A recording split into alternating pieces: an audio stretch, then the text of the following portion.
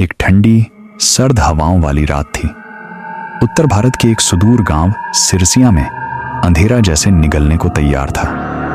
गांव का माहौल आमतौर पर शांत रहता था, लेकिन हर साल की तरह इस बार भी पूर्णिमा के दिन गांव में एक अजीब सी बेचैनी थी।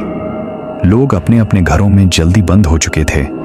दरवाजों पर तुलसी की पत्तियां और नींबू मिर्च टांगी गई थी और कोई भी बाहर निकलने का नाम नहीं ले रहा था। गांव में एक कूप था। गांव के उत्तर छोर पर, जहां झाड़ियों और पुराने बरगद के पेड़ों के बीच एक जर्जर कुआं पड़ा था। उसे सब डायन की समाधि कहते थे। कोई वहां नहीं जाता था।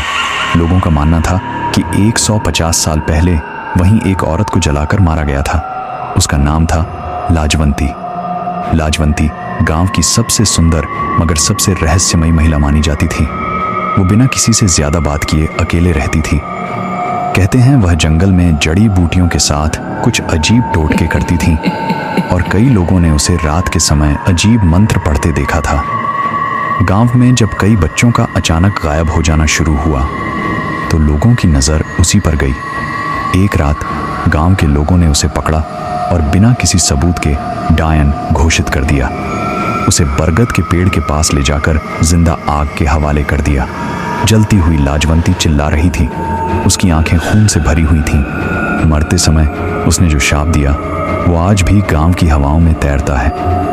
हर 100वें साल जब चांद पूरा होगा मैं लौटूंगी और जिनके पूर्वजों ने मुझे जलाया था उनका रक्त ही मेरी शांति बनेगा।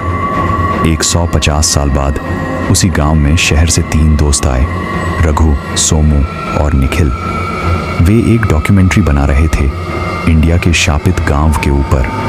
उन्हें सिरसिया के बारे में एक ब्लॉगर से पता चला था और ये डायन की समाधि उनके रिसर्च का मुख्य हिस्सा थी।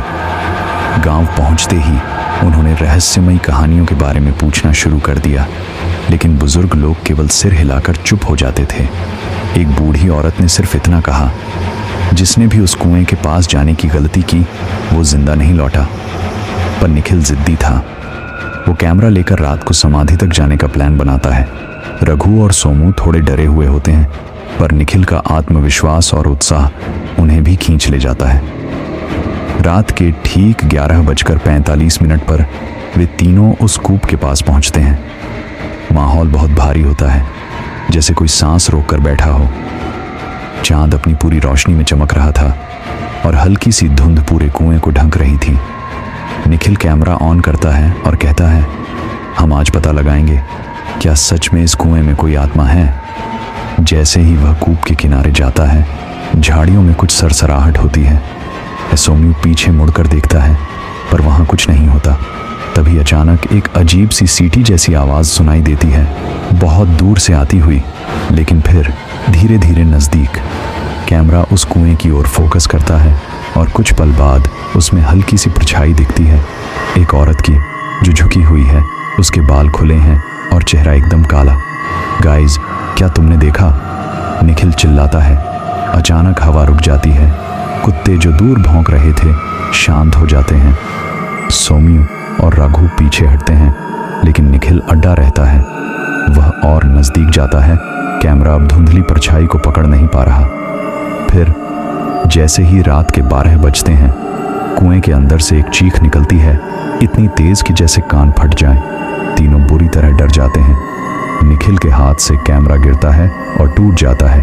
फिर कुछ सेकंड के सन्नाटे के बाद सोम्यू और राघु पीछे मुड़ते हैं। निखिल वहां नहीं होता। वे भागते हैं, चिल्लाते हैं, इधर उधर ढूंढते हैं, निखिल, निखिल, जवाब दो यार। पर उन्हें केवल रात की खामोशी मिलती है। अगली सुबह गांव में अफरा तफरी मच जाती है। गांव के पुजारी, जिन्हें सब बाबा जी कहते हैं, वो आते हैं और समाधि के पास पूजा करवाते हैं, मगर निखिल नहीं मिलता। एक युवक जो कूप के पास गया था लौटते वक्त कहता है, वहां किसी की आवाज गूंज रही थी, जैसे कोई किसी को पुकार रहा हो, माँ, माँ। रघु और सोमू टूट चुके होते हैं।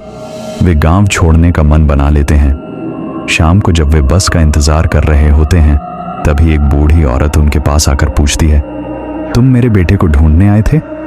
रघु पूछता है, आप कौन? वह मुस्कुराती है। उसके दांत काले होते हैं आंखें सफेद और चेहरा ऐसा जैसे जला हो। मैं लाजवंती हूं। फिर वो कहती है, अब तुम दोनों भी मेरे बेटे के साथ चलो, मेरा बदला अब पूरा नहीं हुआ। वह उन दोनों की ओर बढ़ती है और फिर अंधेरा छा जाता है। उस दिन के बाद से रघु, सोमू और निखिल तीनों गायब हो गए। गांव के लोग अब उस कूप की ओर देखना भी बंद कर चुके हैं और हर पूर्णिमा को अब वो बूढ़ी औरत गांव के चौक में खड़ी दिखती है, झुकी हुई, हाथ में एक पुराना लकड़ी का खिलौना लिए हुए, और बोलती है, मेरा बेटा लौटेगा, तुम्हारा भी आएगा। कहते हैं जो भी शहर से कैमरा लेकर गांव में आता है वह कभी लौट कर नहीं जाता।